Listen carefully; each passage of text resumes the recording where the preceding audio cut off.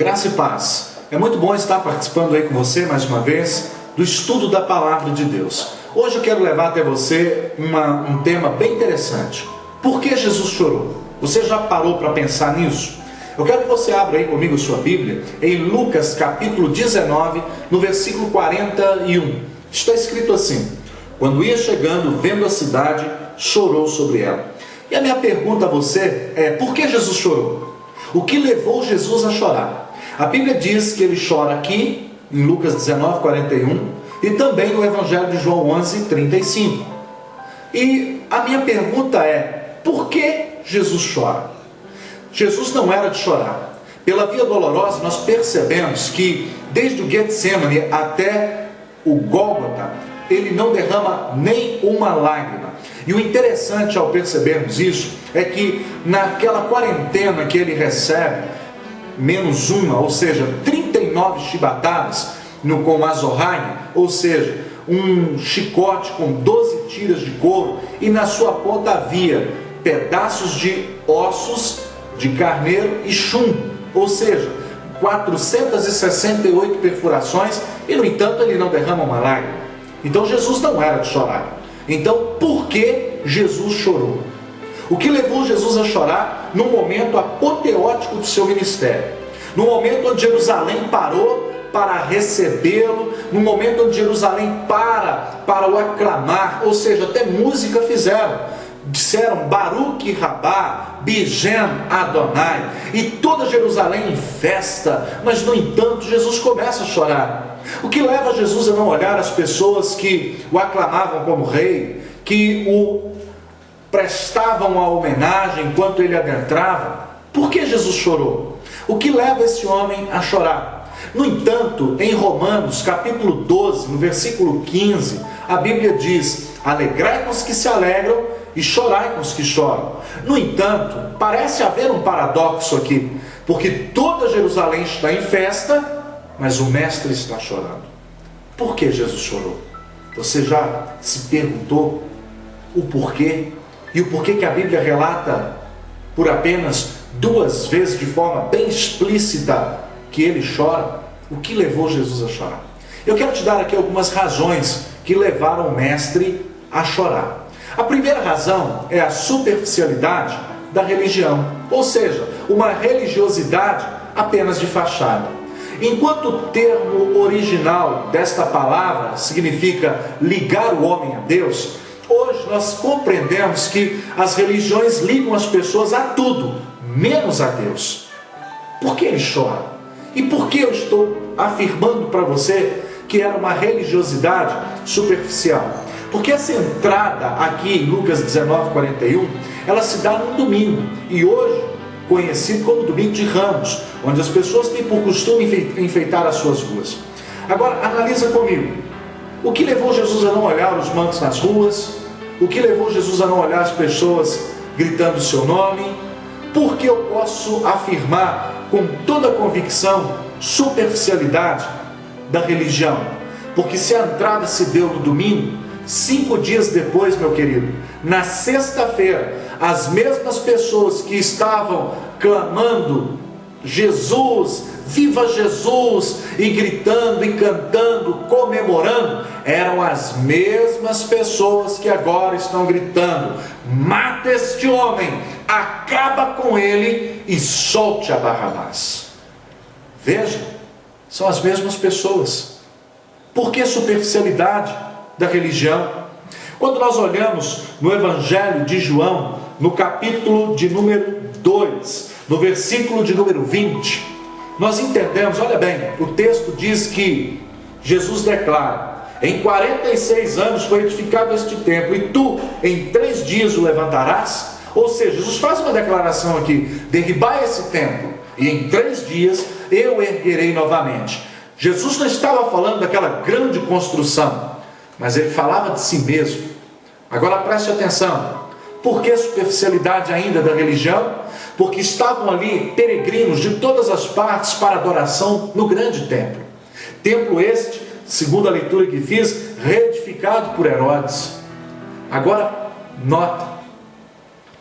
Em Mateus 4, quando Satanás coloca Jesus no pináculo do templo, ou seja, 70 metros de altura, não era uma construção qualquer. Se lembra de Jesus aos 12 anos, quando foi levado pelos seus pais? Lembre-se que lá em Lucas 2, eles o esquecem ali, e 3 dias depois o acham ali no versículo 46, e ele ministrava aos doutores da lei, em frente ao templo. Este templo apontava para a pessoa de Deus, mas no entanto Deus havia sido posto de lado, por motivos que nós bem conhecemos, lá em Mateus 21:12, na purificação do templo, onde Jesus entra e ele encontra ali o que? Cambistas, pessoas que estavam barateando o Evangelho, comercializando o Evangelho, não muito diferente do que nós vemos hoje. Quando Jesus está entrando em Jerusalém, ele percebe isso, e por isso ele chora, porque 5 dias depois da sua entrada, estavam gritando: mata esse homem, acabe com ele e solte Barrabás. Meu irmão, eu vejo que Jesus não era de chorar, mas ao se deparar com um quadro desse, era de fato um momento para se chorar e se lamentar mesmo. No entanto, um dado que eu não posso deixar passar é o que nós também encontramos ali. Por isso eu posso te afirmar com muita convicção: quando ele está sendo levado para o Gólgota, ele ainda para com as mulheres de Jerusalém e consola elas. Preste atenção, elas vão consolá-lo, no entanto, elas são consoladas por ele. No Evangelho de Lucas 23, no versículo 28, Jesus diz: mulheres de Jerusalém, não chorem por mim, chorai por vós e por vossos filhos. No entanto, querido, eu vejo mais uma vez, Jesus não era de chorar, mas a superficialidade da religião fez com que ele chorasse. A segunda razão que leva o mestre a chorar: superficialidade do louvor. O louvor não expressava de fato o que ele sentia. Embora as músicas diziam Hosana nas maiores alturas e exaltavam a pessoa de Jesus ao entrar, era tudo de boca. Em Marcos capítulo 7, no versículo 6, Jesus faz uma declaração: bem profetizou Isaías a respeito de vós, hipócritas, porque este povo me honra com os lábios, mas o coração, este está longe de mim. Nota, cantamos nas nossas igrejas hinos de consagração, hinos de comunhão, mas que na verdade não expressam o que verdadeiramente sentimos. É tudo de boca, é tudo superficial. Com a mesma boca que estamos dizendo como é precioso, irmão, estar bem junto a ti, ao término do culto, estamos querendo matar um ao outro. Meu irmão, você já notou as músicas que você canta nos cultos, que nós cantamos nos cultos? Abro mão dos meus sonhos, abro mão da minha vida. Será que isso também é de fato real? Será que esse é verdadeiramente o seu sentimento para com o Deus ao qual nós servimos? E às vezes não pensamos nem no que cantamos, quando dizemos em algumas músicas que Ele é um Deus de perto e não de longe. Meu irmão, em Jeremias 23:23 diz: eu sou um Deus de perto, não seria eu também Deus de longe? Eu declaro para você, Ele é Deus de perto, Deus de longe, e Ele sempre será Deus. Mas Jesus chorou, porque era tudo superficial. Adoração era tudo mentira.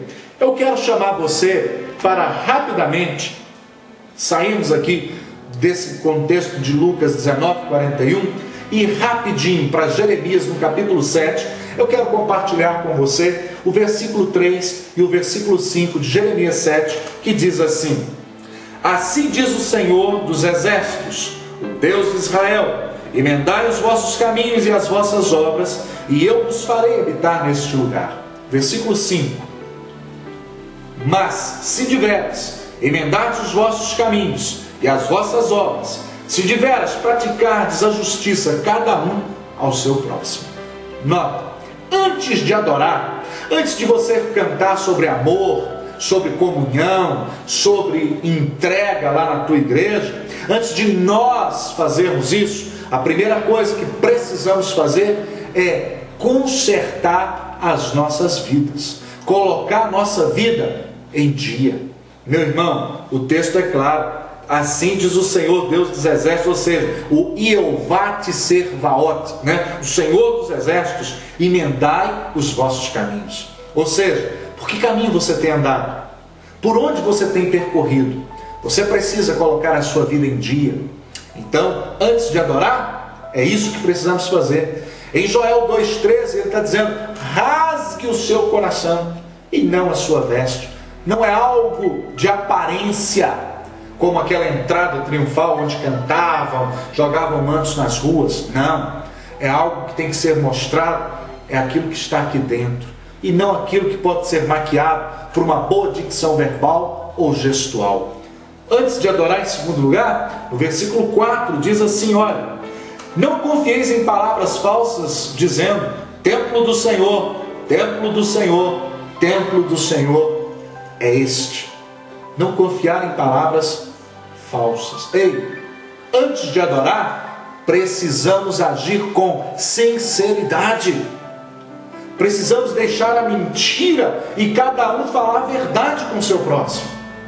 Terceiro lugar, antes de adorar, versículo 6 diz: se não oprimirdes o estrangeiro e o órfão e a viúva, nem derramardes sangue inocente neste lugar, nem andardes após outros deuses para o vosso próprio mal. Então, se não oprimir o estrangeiro, o órfão, a viúva, ele está dizendo aqui que antes de nós adorarmos, precisamos agir com justiça, porque um dos nomes de Deus é Tsidkenu, justiça nossa. Antes de cantar, temos que ser justos, ou seja, a equidade, a imparcialidade precisa fazer parte da nossa vida. Em quarto lugar, aqui no versículo 9 e 10 diz: olha, que é isso? Furtais, olha bem, cometeis adultério, matais e jurais falsamente, queimais incensos a Baal e andais após outros deuses que não conheceis, e depois vinde e vos pondes diante de mim nesta casa que se chama pelo meu nome, e dizeis: estamos salvos? Sim, só para continuardes a praticar estas abominações. Querido, antes de adorar, o nosso compromisso com Deus precisa e tem que estar em dia. Antes de adorar, nós precisamos colocar nossa vida diante de Deus, para que a nossa adoração seja verdadeira, para que a nossa adoração seja sincera. Quinto ponto, antes de adorar, de uma maneira bem sucinta, olha o versículo 8: eis que vós confiais em palavras falsas, que para nada aproveitam. O que eu aprendo aqui? Antes de cantar, antes de adorar, nós precisamos não simplesmente dizer, mas viver a verdade. É isso que nós temos que fazer. Antes de adorar, precisamos viver a verdade. E a verdade tem que ser vivida a cada dia. Em João 17:17 a Bíblia diz: santifica-os na verdade, porque a tua palavra é a verdade. Em 2 Coríntios 13:8 diz que nada podemos contra a verdade, senão pela verdade. E João 8:32 diz: conhecerei, pois, a verdade, e a verdade vos libertará. Então, querido, antes de cantar, precisamos viver a verdade. Olha o versículo 13 aqui ainda de Jeremias 7. Agora, pois, visto que fazeis todas estas obras, diz o Senhor, e eu vos falei, começando de madrugada, e não me ouvistes, chamei-vos e não me respondestes. O que eu aprendo aqui, querido? Antes de adorar, os nossos ouvidos precisam estar sensíveis à voz de Deus. Tem que ter sensibilidade. Se lembrem de Eli quando caiu? Lá em 1 Samuel 3:10, quando Deus chama pelo profeta Samuel, ainda jovem, ele vai lá a primeira vez: Eli, o senhor me chamou? Não, vai se deitar. E a segunda: não, não te chamei, vai se deitar. Aí Eli então entende, e ele diz: eu sei o que é isso, Samuel. Quando você ouvir essa voz de novo, diga: fala, porque o teu servo ouve. Nota, ouvir é parar, prestar atenção e colocar o que se ouve em prática. Não é escutar, é ouvir, porque bem-aventurado é o que lê, o que ouve e o que guarda. Apocalipse 1:3. Você precisa ter o seu ouvido, querido, sensível à voz de Deus. Você já procurou por algo na sua casa? Onde está minha chave? Onde eu coloquei os meus documentos? Eu e você procurar alguma coisa, eu até entendo. Mas quando a gente olha para o Evangelho de João, capítulo 4, não é? No versículo 24 ali mais ou menos, para não ficar de forma vaga, vamos lá conferir o texto na íntegra. João, capítulo 4, o versículo 23 para contexto diz: mas vem a hora, e já chegou, em que os verdadeiros adoradores adorarão ao Pai em espírito e em verdade, porque são estes que o Pai procura. Ei, você entendeu a minha primeira pergunta? Você já procurou? Onde é que estão os meus documentos, as minhas chaves? Eu e você procurar, eu entendo. Mas se Deus está procurando, como está aqui em João 4:23, é porque adorador de verdade não é algo fácil de se achar. Então, antes de adorar, precisamos colocar os nossos ouvidos sensíveis à voz de Deus. Querido, terceiro motivo que levou Jesus a chorar: ingratidão. Primeiro motivo, superficialidade da religião. Segundo, superficialidade do louvor, que os mesmos que cantaram 5 dias depois disseram: mata esse homem e acaba com ele. Terceiro motivo, ingratidão. Se você que está me assistindo aí por esse DVD, ou pelo nosso blog, ou aí no YouTube, você há de convir comigo que se você ainda não passou por esse processo, fatalmente você passará por ele um dia. Porque não tem coisa pior para um ser humano do que a ingratidão, não é verdade? Você ajuda uma pessoa 99 vezes, mas se você não puder ajudar uma vez, você não presta, você não vale nada. Se você empresta o carro para o teu amigo, e se de repente um dia você diz: hoje eu não vou poder, eu vou sair com a minha família, essa pessoa sai murmurando, dizendo: também nunca mais peço, tomara que essa porcaria desse carro quebre. Ingratidão. Dos 10 leprosos, só um volta para agradecer. Onde estão os outros 9? Agora, com certeza deve estar lá no meio da multidão gritando: mata, crucifica, acaba com este homem e solte a Barrabás. Ingratidão. Quem é que gritou para matar? Aqueles que ele alimentou, aqueles a quem ele ajudou. Não seja você que me ouve também um ingrato, querido. Seja grato a Deus. Você está de pé, está respirando, está bem, tem um emprego, tem uma família. Agradeça a Deus. Em tudo dai graças, porque essa é a vontade do nosso Pai Celeste, é que demos graças a Ele. Porque nesse momento que você me ouve e me assiste, quantas pessoas estão morrendo, quantas pessoas não têm uma casa para retornar, não têm o que comer sobre a mesa. E muitas vezes nós somos ingratos. As pessoas na igreja falham comigo e com você, e nós não voltamos mais à igreja, como se Deus fosse o culpado. Estamos sendo ingratos também. Eu quero ir para o final, dizendo a quarta razão que levou Jesus a chorar. E essa quarta razão está aqui no capítulo 19, agora no versículo 42, que diz assim: e dizia: ah, se conheceras por ti mesmo ainda hoje o que te é devido, mas isto agora está oculto aos teus olhos. O que significa esse texto? O que Jesus está dizendo com isso? Querido, preste atenção que isso aqui é muito sério. Olha bem: ah, se conheceras por ti mesmo ainda hoje. Sabe o que Jesus estava dizendo? Ah, se vocês soubessem quem está montado sobre este jumentinho, vocês não condenariam a morte, como vocês irão fazer daqui a 5 dias. Você sabe por que Jesus chorou? Porque o seu próprio povo não o reconheceu. É isso mesmo. O julgaram pela aparência. Ao contrário do que mostra os quadros pintados do nosso Jesus, que não é Ele.